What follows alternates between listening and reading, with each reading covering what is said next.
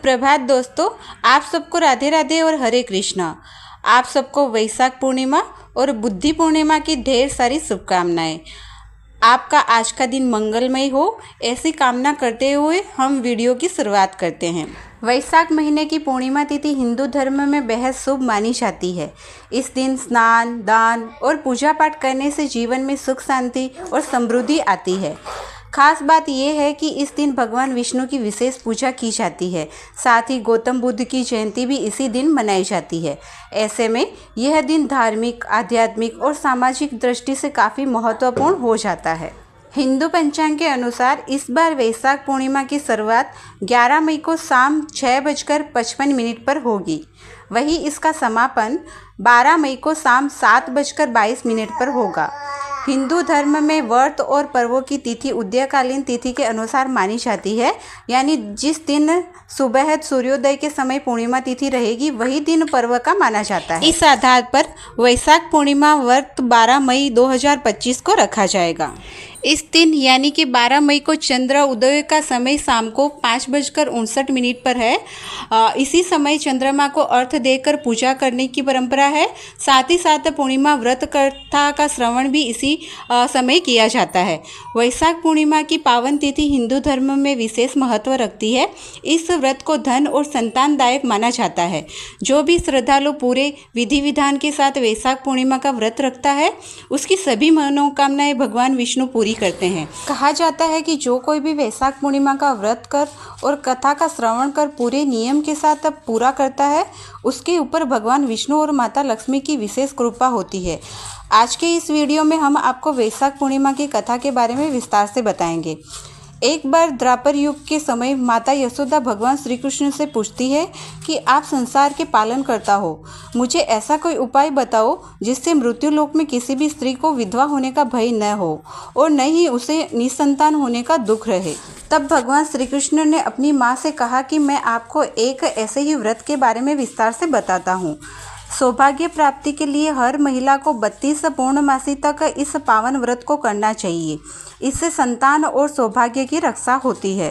कथा की शुरुआत करते हुए कृष्ण भगवान माता से कहते हैं, कांतिका नामक नगर में राजा चंद्रहास राज करता था। उसके नगर में एक धनेश्वर नामक का ब्राह्मण भी अपनी पत्नी सुशीला के साथ रहता था। इनके घर में किसी प्रकार के धन संपत्ति की कोई कमी नहीं थी, लेकिन ब्राह्मण का कोई संतान न था, जिसके कारण दोनों पति पत्नी बहुत दुखी रहते थे। एक बार उस नगर में एक साधु आता है, जो सभी घरों में भिक्षा मांगकर गंगा नदी के किनारे भोजन कर जीवन व्यापन करता है। लेकिन वह साधु धनेश्वर के घर भिक्षा मांगने नहीं चाहता था।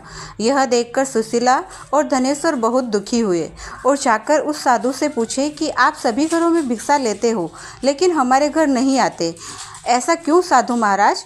तब साधु ने कहा कि तुम निसंतान हो और ऐसे घर में भिक्षा लेना पतितों के अन्न के समान होता है। मैं पाप का भागीदार नहीं बनना चाहता, इसलिए तुम्हारे घर से भिक्षा नहीं लेता हूँ। यह सुन धनेश्वर बहुत दुखी हो जाता है और साधु से पूछता है कि ऐसा कोई उपाय बताइए जिससे मुझे भी संतान सुख की प्राप्ति हो। तब साधु ने उस दंपति को 16 दिन तक माँ चंडी के पूजन की सलाह दी, जिसके बाद धनेश्वर और उसकी पत्नी ने माँ काली की बड़े ही भक्तिभाव से पूजा अर्चना की। दंपति के आराधना से प्रसन्न होकर माँ काली प्रकट हुई और सुशीला को गर्भवती होने का वरदान दिया और कहा कि प्रत्येक पूर्णिमा को दीपक जलाए और व्रत रखे। ऐसे ही सभी पूर्णिमा को एक एक दीपक की संख्या बढ़ाते जाना है। जब तक 32 दीपक न हो जाए तब तक दीपक जलाने हैं और पूर्णिमा का व्रत रखना है। माता के आशीर्वाद के फलस्वरूप सुशीला गर्भवती हुई। काली माता के कहे अनुसार वह दीपक जलाती रही। माँ काली की कृपा और आशीर्वाद से दंपति के घर में पुत्र का जन्म हुआ, जिसका नाम धनेश्वर और सुशीला ने देवदास रखा। देवदास जब बड़ा हुआ तो धनेश्वर ने उसे विद्या ग्रहण करने के लिए काशी भेजा। काशी में देवदास के साथ एक अजीब दुर्घटना घटी, जिसके कारण धोखे से देवदास का विवाह हो गया। जब देवदास ने बताया कि वह अल्पायु में है, फिर भी उसका विवाह जबरदस्ती करवा दिया गया। कुछ समय बाद जब काल देवदास के प्राण लेने आया तो काल देवदास का प्राण नहीं ले पाया।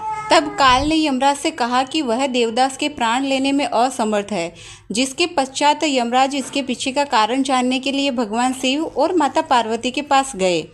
तब माँ पार्वती ने माता काली के वरदान के वृत्तांत को सुनाया और कहा कि ब्राह्मण दंपति ने पूर्णिमा का व्रत रखा था, इसलिए काल देवदास का कुछ बिगाड़ नहीं सकता। तभी से कहा जाता है कि पूर्णिमा के दिन व्रत करने से काल से मुक्ति मिलती है और भगवान सभी मनोकामनाएं पूरी करते हैं। वैशाख पूर्णिमा की यह कहानी आपको कैसी लगी वो कमेंट करके हमें ज़रूर से बताएं। अगर आपको यह वीडियो पसंद आया है तो वीडियो को लाइक करें और शेयर करें। ऐसे ही धार्मिक वीडियो देखने के लिए और जुड़े रहने के लिए भक्ति वाइब्स चैनल को ज़रूर से याद करके सब्सक्राइब करें। धन्यवाद।